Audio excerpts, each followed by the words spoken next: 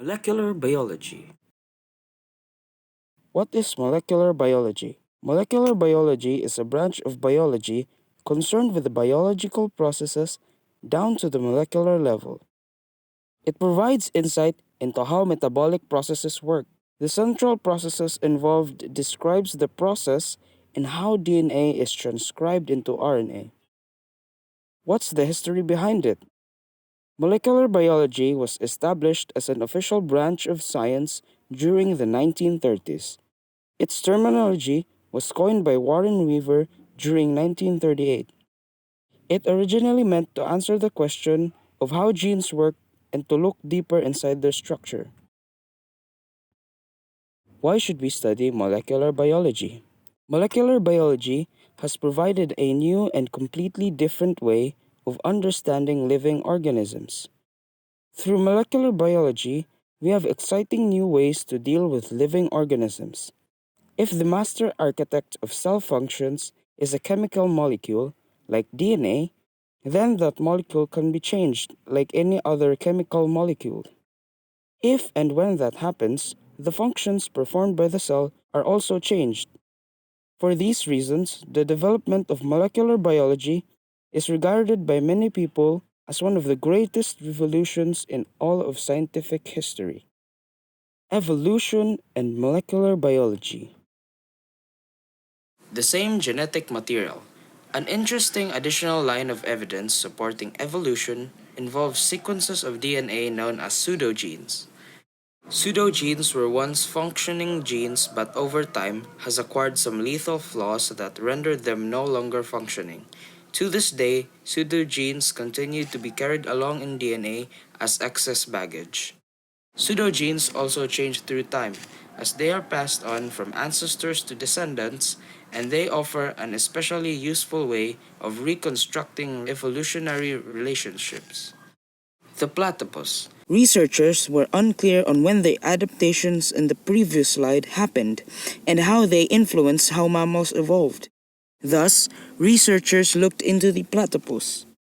A platypus is a mammal and so nurses its young with milk, but then it also lays eggs like a reptile. They also looked into the genes of dogs and humans and they compared them to genes that help chickens produce eggs. You can visualize this by looking at the picture in the right. Surprisingly, all the genes that help chicken lay eggs are present in humans, dogs, and platypuses. However, these genes in humans and dogs don't work anymore. You can also visualize this by looking at the picture in the left. If the gene in the pic is marked with a red X, then it means the gene is broken. As you can see though, one of these genes still work in platypuses. Do note that platypus eggs have a lot less yolk than reptile eggs, which makes sense because only one of the egg-laying genes is still active. Now, when the researchers compared all these genes, they found out that these egg-laying genes in most mammals were shut down about 30 to 40 years ago. So, it gave them a time frame on when mammals may have stopped laying eggs. Thus, pseudogenes in molecular biology serves as evidence for evolution. The genome sequence. The same or highly similar genetic codes. The code used to translate nucleotide sequences into amino acid sequences is essentially the same in all organisms. Moreover, proteins in all organisms are invariably composed of the same set of 20 amino acids. In 1959, scientists at the Cambridge University in the United Kingdom determined the three-dimensional structures of proteins that are found in almost every multi-celled animal: hemoglobin and myoglobin. Hemoglobin is the protein that carries oxygen in the blood. Myoglobin receives oxygen from the hemoglobin and stores it in the tissues until needed. Myoglobin has a single chain of 153 amino acids wrapped around a group of iron and other atoms to which oxygen binds. Hemoglobin, in contrast, is made up of four chains: two identical chains consisting of 141 amino acids, and two other identical chains consisting of 146 amino acids. Comparative sequences. In this slide, it is stated that myoglobin and hemoglobin sequences were determined from different organisms ranging from mammals, birds, amphibians, and etc. The differences in these sequences from different organisms helped researchers make a family tree for variations of hemoglobin and myoglobin in various organisms.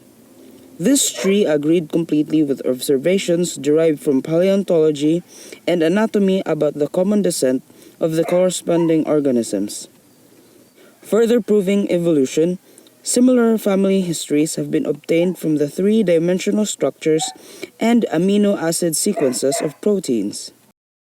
Another proof that common ancestry among organisms exists is the fact that researchers found that the closest genetic match to the whale DNA is with the hippopotamus.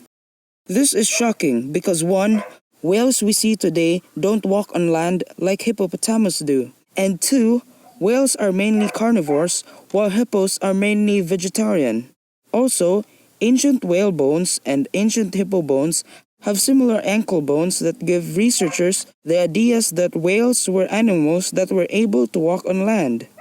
Transcription and translation. Now, let's talk about transcription and translation. Transcription is just transcribing the DNA into a message. Take note that there are different cells in the world, and so the DNA is found in the nucleus or the nucleoid of the region. Transcription is basically transcribing the DNA into a message. In cells, the DNA in the nucleus are in the nucleoid region. Translation involves the cytoplasm.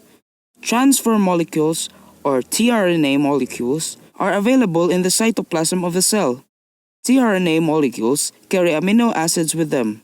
So, it's their function to bring those amino acids together to build protein. Take note that amino acids are the building blocks for proteins. tRNAs look for a complementary basis so they can transfer the amino acids to the mRNAs.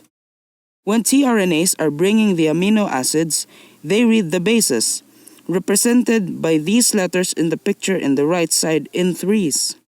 How exactly does transcription and translation support the theory of evolution?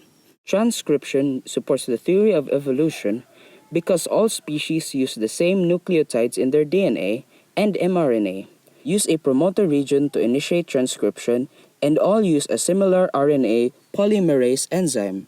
Translation supports the theory of evolution because RNA is also believed to have been the genetic material of the first life on Earth. Translation supports the theory of evolution because RNA is also believed to have been the genetic material of the first life on Earth. Molecules of RNA have also been shown to effectively self-replicate, catalyze basic reactions, and store heritable information. In summary, molecular biology helps pave way for the discovery of new evidences of evolution, especially now that technology is at its peak. Evidences of evolution in the field of molecular biology that we discovered in our presentation include organisms having similar genetic material, the same or highly similar genetic codes, and the same basic processes of gene expression, like transcription and translation. Thank you everyone for listening to our presentation. As always, have a good day and stay safe.